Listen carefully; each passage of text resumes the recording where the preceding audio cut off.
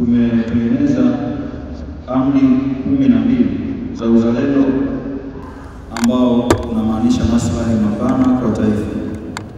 Moja kabisa ni kuwa mwaminifu kwa maslahi ya taifa. Kila jambo utakalolifanya hakikisha kwamba linakwenda kuistawisha nchi yetu. Lakini ya pili ni kuwa mkweli na mfuatiliaji makini wa maslahi ya taifa. Kuwa mkweli na mfuatiliaji makini wa maslahi ya taifa. Hakikisha unalielewa vizuri taifa lako, kwa maana historia na rasilimali zilizoko ndani ya nchi, mifumo ya uongozi na hazina zote za nchi, ili hata unaposimama kutetea, unatetea kitu ambacho unakifahamu.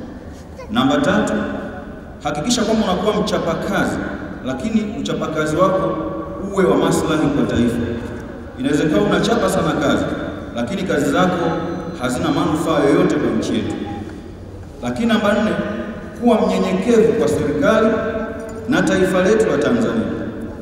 Nchi yetu ni nchi ambayo inazingatia utawala wa sheria, na nchi yetu imekuwa na utaratibu wa kupokezana madaraka kwa kufanya uchaguzi huru wa wananchi. Kwa hiyo hakikisha kwamba hii amri namba 4 unaifuata, kuwa mnyenyekevu kwa serikali na taifa letu la Tanzania. Lakini namba 5, kuwa na huruma kwa watu, hasa wa Tanzania wanyonge. Hii ni kwa wale ambao wamepewa fursa za kutuongoza. Unahakikisha uongozi wako unakwenda kugusa watu ambao wana mahitaji mbalimbali. Lakini nyingine ni kuwa na moyo wa kujitolea kulinda maslahi ya taifa. Moyo wa kujitolea tafsiri yake ni kwamba unakwenda kutoa elimu yako, nguvu zako, kipato chako au chochote alichokujalia Mwenyezi Mungu, unakwenda kukitoa kwa ajili tu ya maslahi mapana ya nchi yako. Namba 8, kuwa mwazi bila kuweka maslahi binafsi. Inawezekana wewe ni mwazi, lakini uwazi wako uko katika mambo ambayo hayana maslahi kwa nchi. Kwa hiyo uwe mwazi, lakini uwazi katika mambo yale ambayo yana manufaa kwa taifa. Namba 9, kuwa na maono kwa maslahi ya taifa. Kwa maana yake unatakiwa kila ukikaa wewe unatafakari kesho ya taifa letu. Unapaswa kuwa twiga, uangalie mbele kwa kutafakari, ili uweze kuona kwamba kuna hatari gani inakuja mbele ya nchi yetu, kuna mema gani ambayo yanakuja mbele ya nchi yetu. Na hayo ndio tunaita kuwa na maono yenye maslahi kwa taifa. Lakini namba 10, kuwa na mahusiano mema na jamii ya Kitanzania. Hakikisha kwamba unatengeneza mahusiano mazuri na jamii yako, kwa maana kuanzia familia yako, ukoo wako, jamii yako na taifa lako kwa ujumla. Hakikisha unatengeneza mahusiano mazuri ambayo yanaweza yakawafanya mkae pamoja na kujadiliana mema yanayohusu maslahi ya taifa. Lakini namba 11, kuwa na ushawishi mkubwa kwa jamii katika kulinda maslahi ya taifa. Unatakiwa unapokuwa na ushawishi wako, hakikisha huo ushawishi unakwenda kulisaidia taifa letu. Inaweza kuwa maarufu, inaweza kuwa na ushawishi mkubwa, lakini ushawishi wako ni bure, hauna chochote ambacho taifa linavuna zaidi ya hasara. Kwa hiyo tumeweka hiyo kama amri namba 11. Namba 12 na ya mwisho, kuwa tayari kulitumikia taifa kwa wakati wowote. Unapokuwa mzalendo, hakikisha kwamba muda wote kwako wewe ni muda wa maandalizi ya kupambania nchi, kwa maana rasilimali zetu, viongozi wetu na taifa letu. Kwa majina anaitwa Messi Chengula, balozi wa amani duniani, na mimi ndio mwenyekiti wa kongamano hili ambalo limeandaliwa na jukwaa la wazalendo huru pamoja na wadau mbalimbali pamoja na mabalozi wa amani Tanzania. Lengo kubwa la kongamano hili lilikuwa na mambo matatu muhimu. Jambo la kwanza lilikuwa ni mada za uzalendo, yani uzalendo wenye tija kwa taifa. Na jambo la pili lilikuwa ni uzinduzi wa kitabu cha uzalendo. Na jambo la tatu katika kongamano hili ilikuwa ni maombi kwa ajili ya kuombea taifa, na lingine ilikuwa ni burudani kwa ajili ya Watanzania. Tunapozungumzia uzalendo, Ndio.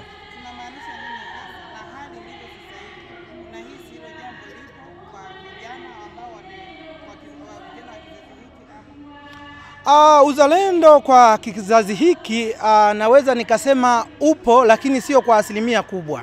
Na kutokana na nini? Nadhani hapa katikati tumekuwa na kujisahau kwa ajili ya kuweka ili somo la uzalendo katika mitaala mbalimbali na kuweka mawasha ya mara kwa mara kuhamasisha uzalendo. Ujue kila kitu ambapo kikiwa kinaongelewa kila wakati ndipo kinaleta tija. Lakini tumekuwa na makongamano machache sana yanayohamasisha hasa uzalendo. Makongamano mengi yakiandaliwa unaona wanaoandaa wana lengo fulani la kisiasa au kitikadi au kidini. Lakini makongamano ambayo yanajumuisha taasisi mbalimbali na vyama mbalimbali na dini mbalimbali na wadau mbalimbali kuchanganya serikali ni machache sana. Kwa hiyo ombi langu kwa serikali itilie sana mkazo kwenye mambo ambayo yanakuwa ya kijamii, hayana itikadi, yenye kuwezesha Watanzania kuwa pamoja. Na ndio maana utakuta leo vikundi mbalimbali, tuna mashehe, tuna viongozi wa dini, tuna waimbaji wa nyimbo za Injili, na tumechanganya. Lengo kuu ni kuwaleta Watanzania pamoja kuzungumzia uzalendo. Umuhimu wa uzalendo kuelekea uchaguzi kuna umuhimu mkubwa. Tunatambua kwamba mzalendo ni mtu mwenye kuleta amani, sio mwenye kuleta fujo. Kwa hiyo tunaamini taifa litakapokuwa na wazalendo wa kutosha, basi amani ya nchi yetu itaendelea kupendeza na kumea kama waasisi wa taifa hili walivyonena neno la uzalendo na walivyotaka liwe, hususan Mwalimu Julius Kambarage Nyerere, rais wa kwanza wa Jamhuri ya Muungano wa Tanzania.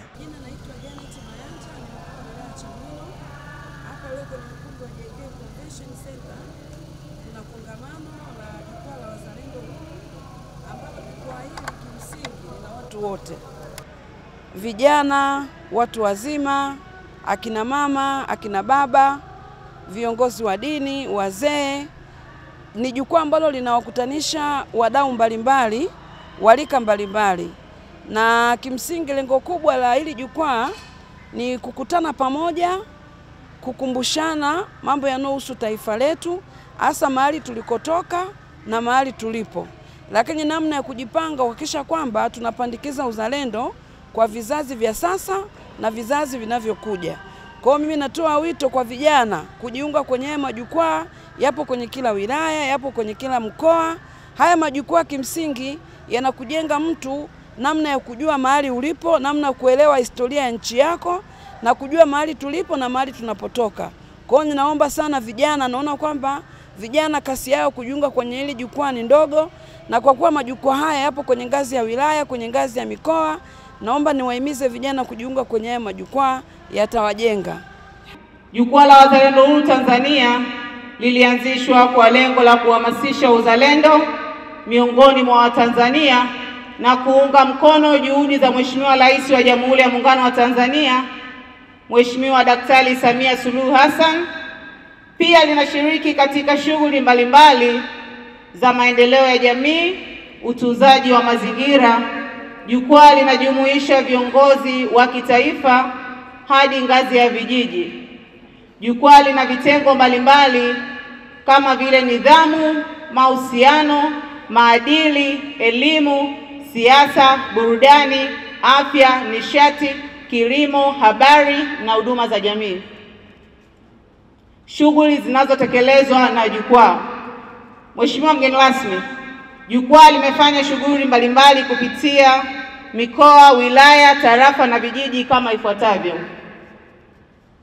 kutoa elimu ya uzalendo mashuleni, mikutanoni na kwa mtu mmoja mmoja, kushiriki katika kampeni za afya, usafi wa mazingira na kupinga ukatili wa kijinsia, kuchangia waathirika wa mafuriko Manyara na Rufiji, kutoa misaada katika magereza, na kwa watu wanaoishi na changamoto na madawa ya kulevya, lakini kufanya makongamano ya kuombea taifa na kutoa elimu ya ujasiriamali kwa wanawake na watu wenye ulemavu,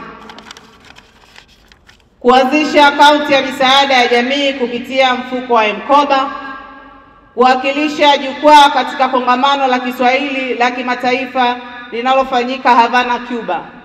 Mafanikio: